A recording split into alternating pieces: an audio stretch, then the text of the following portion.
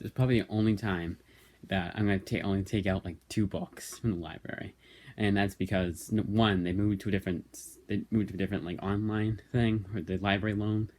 I think you guys know what an interlibrary loan is. I'm reading this book, the Crawdads thing, and they talked about library loans, and that was back in the '60s. So I think if they had it back then, you guys will know what it means. I'm almost done with that book, by the way. It's pretty good. I don't usually review books and graphic novels centric, but I got two books. This one was they're all library itself, none of them are interlibrary loan. This one I was waiting forever for, and of course it comes the day before I'm going away to Florida for a week. That's the reason. That's the main reason for why I didn't get any other books than these two, and even this one I won't be bringing with me. And then the book I will be bringing with me, Nosferatu by Joe Hill. I had this elsewhere, but the one I have it's on digital. But I heard that they don't have the epilogue in it. But I don't think this one does either. I'm kind of annoyed because I wish I'd known before I actually checked. So apparently there's an epilogue in one of the printings that is important to the story. I don't usually get books, but when because I'm going away and I can only bring one carry-on, I can't bring all my comics, so I'm like, you know what, let's bring some books, instead. At least I have some reading material. A lot of those are ones I wanted to finish for a long time, but it's because I'm comics, and I don't want to read anything else besides comics. Mainly because I just don't have enough time, so to speak. I don't really get down to reading books. And I know it sounds super weird, but that's the way I am. And now we'll do reading recommendations, and then I'm going to get back on the other book I was reading. So, why did I just do that? No, not there. There. Demon Slayer, really good. But it's I'm kind of getting sick of manga. I don't know why. I think for me it's just like they're all the same, but they have the same feel. I think mainly because it's because the artwork looks kind of similar, has that same kind of feel to everything. And the comics, you get such different comics. You get comics that are like horror comics that feel different from something like Spider-Man, clearly. And for manga, it just kind of all feel the same to me. It's not to say it's bad or anything. It's just kind of it's my way of saying it. I still like all the ones I'm reading, Demon Slayer especially. Hellsing got a lot better, a lot more fast paced. Some of those chapters took me 5 minutes to read, and that's usually what manga is usually a quick read for me too, which is nice. Because sometimes I kind of I want to do something right after, go downstairs, play Xbox or what have you, and I still want to read one book per hour. One issue of a comic per hour, and again, I know that sounds weird, but makes it easier to get that accomplished. Hellsing Blue Exorcist was nice to get back into. Wicked and Divine, a lot better than I remember it being. Kind of ironic that after the second, I'm taking a break after the second volume again, but it's mainly because I have to, not because I want to. But it was a lot better than I remember it being. I would have issue of volume 3 right in my hands right now if I wasn't going away. 7 Soldiers of Victory got a lot better. And there was my favorite one so far, the King Arthur one, which I think that one ended. I don't think they're doing that anymore. And then the Bulleteer one. But I liked Bulleteer Part 1 more than Part 2. Part 2 I think just kind of feel like it was the kind of a departure from what made Volume 1 what made Chapter 1 so good to begin with. Promethea was better, and they had the 5th one, and the 4th one ends on a super big cliffhanger that was well, even if I hate this book, I still want to see how it ends. It's one book left, and I'll probably never read that series again. It's not bad, it's just too much world building. You don't care. You don't care. I don't care, at least. But that's mainly because I never really care about world building either.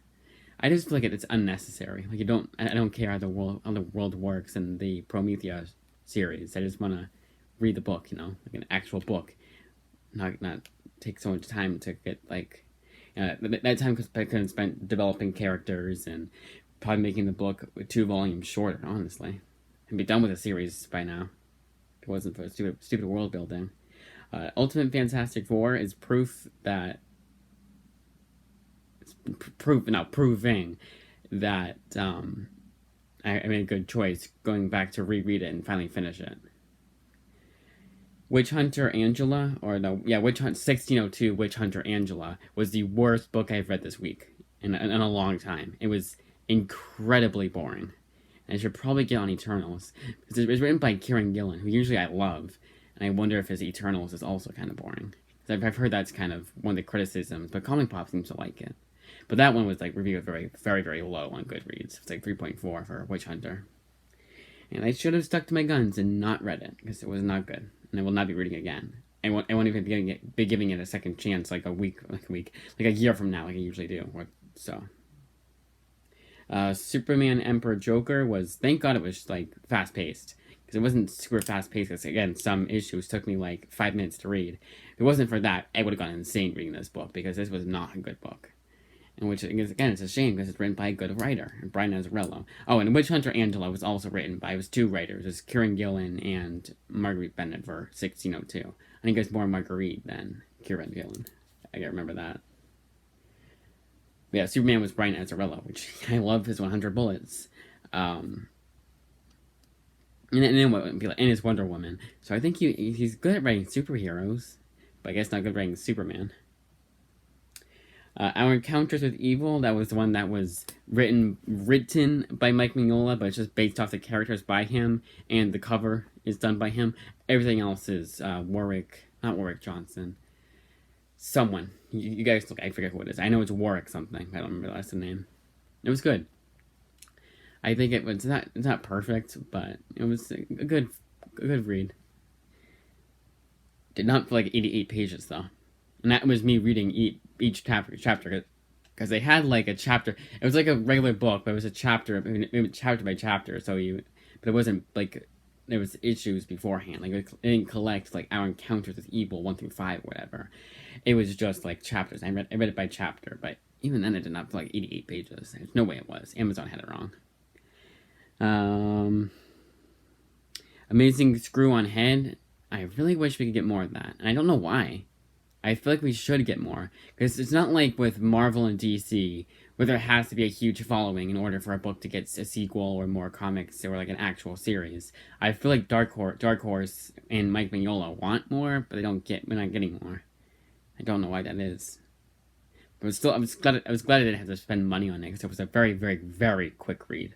Even though it was technically longer than Our Encounters with Evil, it felt like it was shorter. That's how fast-paced it was. And quick. It felt. Snow, Glass, and Apples, that was the one by Neil Gaiman that I was super reluctant to read, but I loved it. Absolutely loved it. And it's a huge compliment coming from me, because I don't like Neil Gaiman's writing at all. Like, at all. And I've finally narrowed it down. He's good at writing characters. He's good at writing... I want to read more of, like, what he's... Like, the setting and, like, the tone and the characters. I want to know more about the tone. But I want to I want to know more about the characters. I love it, like, the time period.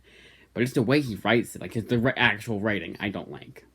Which is kind of a lot for... It's kind of a big downside, I guess you could say.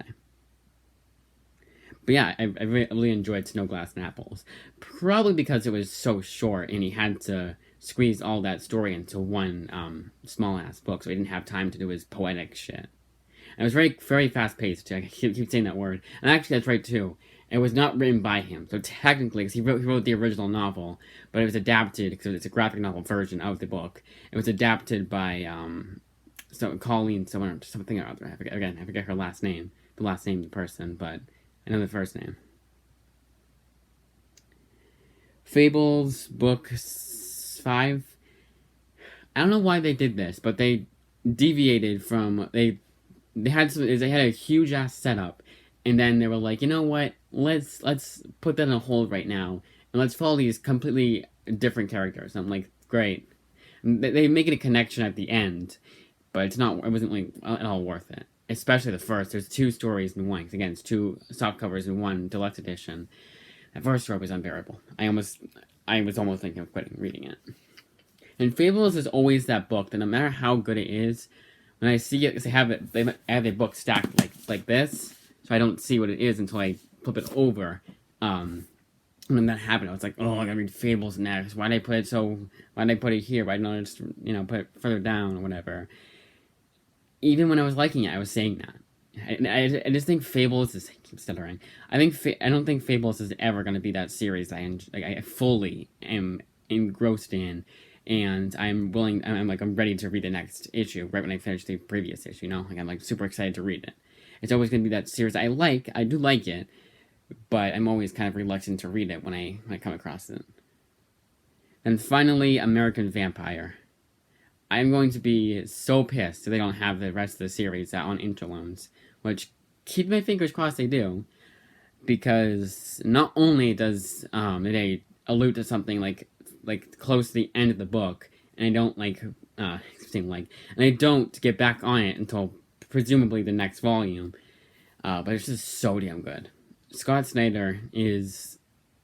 We need more of this Scott Snyder. Because it's proved that he's not just good at writing Batman. He's good at writing other characters and creating his own characters and shit like that. Very, very, very, very, very, very good. And I might just buy the 2 omnibuses when they come out in October. The first volume is getting a second printing, and I'm going to have a second volume collecting the rest of the story. But I don't want to do that because I already have enough to get for Christmas at that point. I already have enough, and there's no way, unless I get a job from now, which I probably will. So maybe I'll get a job, and I'll pay with them with my first paycheck. You guys, if you've been following me for long enough, you guys know I used to have a job, but don't anymore. And I feel like the main reason why they're not pressuring me is because I'm still in school. But once I get let out, once I get out of school, they're gonna be like, job now. That's it.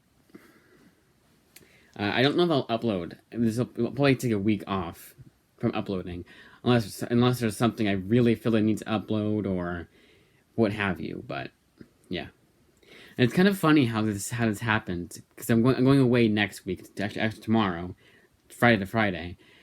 And what's funny is that the interloans, they're not going to be available until I think it's the 28th.